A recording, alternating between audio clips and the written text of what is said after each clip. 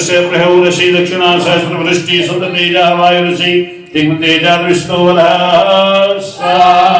ओम पृथ्वीदेव यज्जन्योषितास्ते मूलं माहन्नसि सम्रजं गच्छ गोष्ठानं तदोते दोरयकान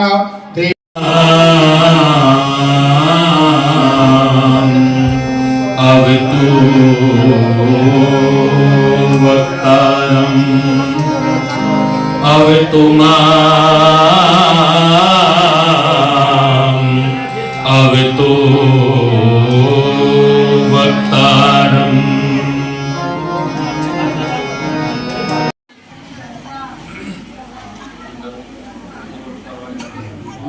हमारे भाई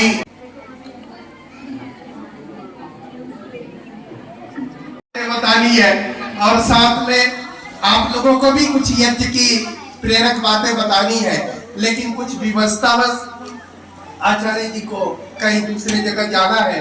बस 5 मिनट का समय मैं लूंगा, 5 मिनट में इनको विदा करके आता हूँ और फिर आगे के प्रोग्राम को ऐसा ही चलाएंगे।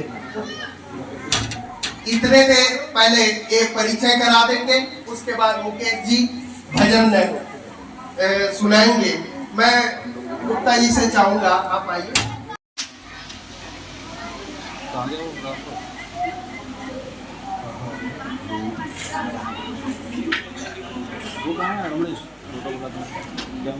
अच्छे तरीके से जीवन को ठीक से जी सकें तो ये संन्यास है। और सन्यासी जो व्यक्ति होता है पारिवारिक परिस्थिति से मर चुका होता है, उसके लिए वसुधैव कुटुंबकम जो बन जाता है, पूरा संसार उसका अपना कुटुंब हो जाता है, परिवार हो जाता है, उसका जीवन यज्ञमय हो जाता है। आज से इन्हें यज्ञ करने और कराने का अधिकार बिल्कुल समाप्त हो जाएगा। और ऋषि ने जब ये बात सुनी कि यज्ञ होगा तो हाँ कर दी और एक तिथि निश्चित कर ली गई कि इस तिथि में यज्ञ होगा। ध्यान से सुने, बात नहीं करेंगे नहीं तो मामला सारा बेकार हो जाएगा, मुझे भी आप व्यवधान में डालेंगे। तिथियां निश्चित हो गई, सामान उपस्थित हो गया, राजा इंतजार में था, प्रतीक्षा में था कि ऋषि लोग आए और यज्ञ करें। ऋषि नहीं पहुंचे, उनके शिष्य चले गए।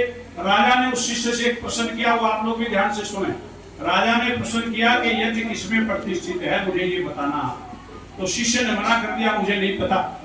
तो राजा कहने लगे यदि आपको इतना नहीं पता है कि यज्ञ किसमें प्रतिष्ठित है तो आप यज्ञ नहीं करा सकते। शिष्य चला गया। गुरु ने पूछा हो गया ये? उसने कहा नहीं, यज्ञ तो नहीं हुआ। एक प्रश्न कर लिया राजा ने मुझसे, मेरे पास उसका उत्तर नहीं है, इसलिए मैं वापिस सुनाया। तो ऋषि ने कहा चलो पहले उत्तर पाए, जहां प्रश्न पैदा है वहां उत्तर भी होगा, याद रखना, कहीं और नहीं ढूंढना। यदि कहीं प्रश्न उत्पन्न हुआ है तो उत्तर भी वहीं कहीं साथ साथ में होता है, वहीं पास में होता है। तो इसलिए राजा के पास गए ऋषि और पूछा, राजन तुमने मेरे शिष्य से एक प्रश्न किया है कि यज्ञ किसमें प्रतिष्ठित है, मैं ये जानना चाहता हूँ कि यज्ञ किसमें प्रतिष्ठित है। प्रतिष्ठित का मतलब होता है यज्ञ कहाँ से आया, किसने बताया यज्ञ करना, यज्ञ का आधार क्या है। तो राजा कहता है वेद में। यज्ञ किसमें प्रतिष्ठित है? वेद में। जो हमने पढ़ा कई बार मंत्र आए यज्ञों के करने कराने के, यज्ञ से कितने लाभ हैं, यज्ञ करने से क्या हमें मिलता है, कब मिलता है, कितनी परिस्थिति में मिलता है, ये बहुत से मंत्र वेदों में आए। तो यज्ञ का प्रावधान कहाँ है? वेद में। वेद हमें आदेश देता है कि यज्ञ करें, वेद हमें दिशा देता है कि यज्ञ करें। तो राजा ने तो उत्तर दे दिया, प्रश्न का उत्तर मिल गया। लेकिन विद्वान व्यक्ति विद्वान होता है, ऋषि ने सोचा और बातें कर ली जाए, 2-4 हाथ हो गई है, अब थोड़ा समय और लगा दें। तो उसने कहा ये बताइए वेद किसमें प्रतिष्ठित है, वेद किसमें प्रतिष्ठित है, वेद का आधार क्या है। हमारे शास्त्र कहते हैं, हमारे ऋषि मुनि सब ये कहते हैं कि वेद परमात्मा की वाणी है, इसलिए परमात्मा में प्रतिष्ठित है। लेकिन राजा ने कहा वेद परमात्मा में प्रतिष्ठित नहीं है, वेद वाणी में प्रतिष्ठित है। यदि मेरे पास चारों वेद रखे हुए और वाणी ना हो तो मैं आपको उनका कोई ज्ञान बोलो नहीं करा सकता। वेदों को कहां प्रचार प्रसार में लाया? वाणी के माध्यम से। इसलिए इनका एक नाम क्या है? श्रुति। सुन करके, सुनेगा तभी जब वाणी से बोला जाएगा, और वाणी से ना बोला जाए तो सुना नहीं जा सकता। इसलिए इनका श्रुति नाम पड़ा। क्यों? क्योंकि वाणी का प्रयोग होता है, इसलिए श्रुति कहा गया। तो उसने मैं बोला देखो, ये आप किसी को छोड़ नहीं रहे हो, आप अपने आप को विस्तारित कर रहे हो। आज तक आप 2 बेटियों को अपना बेटी मान रहे थे, आज के बाद दुनिया की हर बेटी आपकी बेटी है। आपने छोड़ा क्या है? आपने तो बहुत कुछ पाया है। आपने आज तक एक परिवार को अपना परिवार मानते आए हैं, एक घर को अपना परिवार मानते आए हैं। आज के बाद दुनिया का हर परिवार आपका घर है।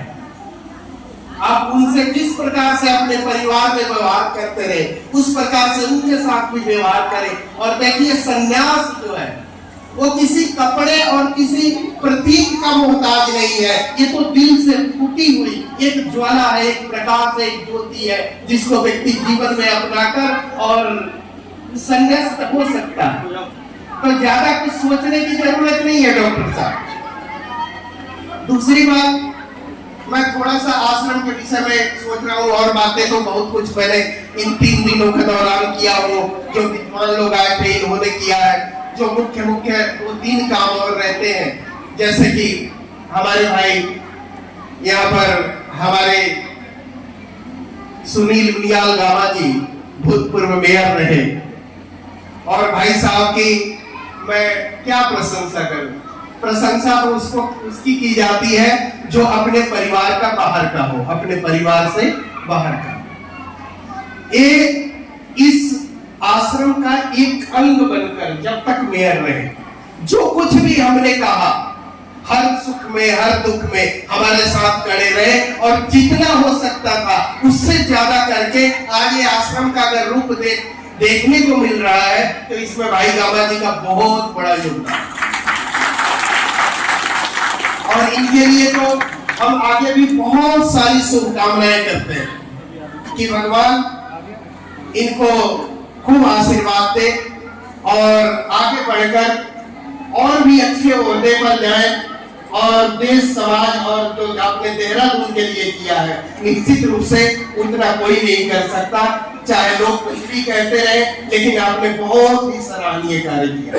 भगवान आपको और शक्ति बख्शे और आगे आप और भी देहरादून के लिए उपयोगी सिद्ध हो सके, ऐसी बहुत सारी शुभकामना आपके लिए। मैं भाई साहब आपसे 8 महीना पहले आपने 4 कमरों का यहाँ पर शिलान्यास किया था, शायद आपको याद होगा। 7 महीने हुए सर। बुटोला जी थे, नवीन जी थे, सब लोग हम लोग यहीं बैठे हुए थे, और भाई साहब से मैंने बोला कि एक पंचकर्मा सेंटर आश्रम में मैं बनाना चाहता हूँ, जहाँ पर लोगों का इलाज आयुर्वेद पद्धति से हो सके। तो हमने मिलकर और एक यहाँ पर शिलान्यास करता हूँ और भोले शंकर से प्रार्थना करता हूँ कि आपको और अधिक शक्ति दे। आप ऐसे ही हमारे देश के होनहार बच्चे हैं, उनको गुरुकुल के साथ साथ इस गुरुकुल की परंपरा को पूरे देश में जो है वो आगे बढ़ाएं, ऐसे मैं भगवान से प्रार्थना करता हूँ। हमारे भाई सुखबीर जी, और मुझे लगता है कि हमारी सुमन बहन, अभी आपने उनके जो है ओजस्वी विचार सुने। एक दिन सौरभ जी को भी यहाँ लेके आइए, सौरभ जी को लेके आइए। जो 5 कमरे बनने हैं, वो 5 कमरे जो है नगर निगम के माध्यम से बनने चाहिए। मैं भी सौरभ जी को कहूँगा, क्योंकि ये अच्छा काम है, ये अपने लिए नहीं कर रहे हम, ठीक है। सड़क बनाते हैं, नाली बनाते हैं, वो 1-2 साल में खत्म हो जाती है, लेकिन अगर यहाँ पर कोई भवन बनेगा तो निश्चित रूप से वो 50 साल 100 साल तक वो भवन भी रहेगा, और उस भवन से जो है लाखों लोग जो है उसका लाभ उठाएंगे। और ये जो संकल्प हमारे माननीय आचार्य अरुण जी ने लिया है, ये संकल्प उन्होंने जो है, ये सब जितनी हमारी मातृशक्ति बैठी है, जितने यहाँ जन बैठे हैं, उनके दम पे उन्होंने संकल्प लिया है, क्योंकि उनकी इच्छा शक्ति थी। जब यहाँ जो मैं भी पहली बार आया था, तो उनकी इच्छा शक्ति के बदौलत आज ये जो है, ये गुरुकुल जो है एक भव्य जो है भव्य इमारत बनकर यहाँ पर तैयार हुई है। इसमें आचार्य जी का संकल्प है, मातृशक्ति का संकल्प है, आप सबका संकल्प था। तो निश्चित रूप से आज ये जो यहाँ का जो क्षेत्र का वातावरण है, ये जो यज्ञ हो रहा है, ये यज्ञ कोई यहाँ के लिए नहीं हो रहा है, वो अपने लिए नहीं कर रहे, वो समाज के लिए कर रहे हैं। इसलिए मैं आप सब लोगों से अनुरोध करूंगा, ये जो हमारा यहाँ पर गुरुकुल जगह छोटी है, अब जगह यहाँ पर अगर थोड़ी इसके अगल बगल नगर निगम की जमीन होती तो हम उसी समय कर देते उसको, लेकिन अगल बगल की जमीनें थी नहीं, इसलिए हम नहीं कर पाए। लेकिन जितना हमारे से हो सकता था हमने अपने लिए नहीं किया, समाज के लिए किया। और गुरु जी भी जो कर रहे हैं, आचार्य जी जो कर रहे हैं, वो समाज के लिए कर रहे हैं। एक सप्ताह का समय लगेगा, एक सप्ताह लगेगा। तो रविवार से शुरू करके और रविवार को ही समाप्त किया जाए। अगर आप सभी इच्छुक होंगे और जिस प्रकार से आप सबका सहयोग मिला है, इसी प्रकार से अगर आगे भी सहयोग मिलता रहेगा तो हम चाहेंगे कि लगभग 1-1.5 साल के अंदर में हम चारों वेदों पर यहाँ पर उसका यज्ञ करें, उसका प्रवचन सुने और उसकी बातों को सुनेंगे तो कभी न कभी इच्छा तो हो ही जाएगी मानने की। और अब जब हम मानने लगेंगे तो निश्चित रूप से हमारा जीवन परिवर्तित होगा। तो अभी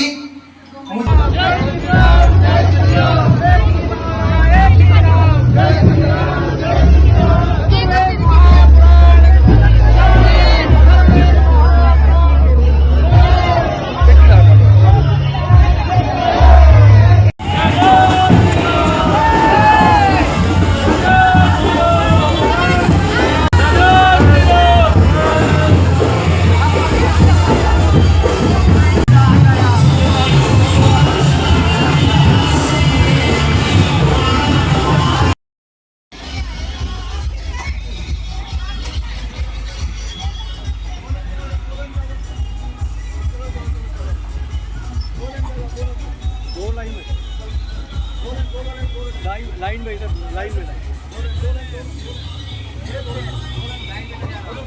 ब्रह्मचारी के रूप में शिक्षा ग्रहण कर रहे हैं। उनमें से 2 बच्चों ने नौकरी पा ली है, जो टीचर बन चुके हैं। ये सब हमारे महाराज जी की कृपा है। और आपने 4 वेद के बारे में सुना, जिसका शुभारंभ हो चुका है, यजुर्वेद शुरू हो चुका है। और अक्टूबर ने आचार्य जी ने बताया कि हम ऋग्वेद के लिए प्रारंभ करेंगे। उसमें भी आपका सबका सहयोग चाहिए। अखिल भारत वर्षीय ब्राह्मण महासभा उत्तराखंड आपके साथ तन मन धन के साथ हमेशा समर्पित है, आपको पूरा सहयोग देगी। जिस तरह आपका आदेश होगा, जैसे आपका निवेदन करेंगे, हम उसके लिए भी आपके साथ ऋग्वेद के लिए तैयारी करेंगे और उसे और भव्य रूप में लेकर आएंगे। इसी क्रम में मैं आप सबका बहुत बहुत धन्यवाद।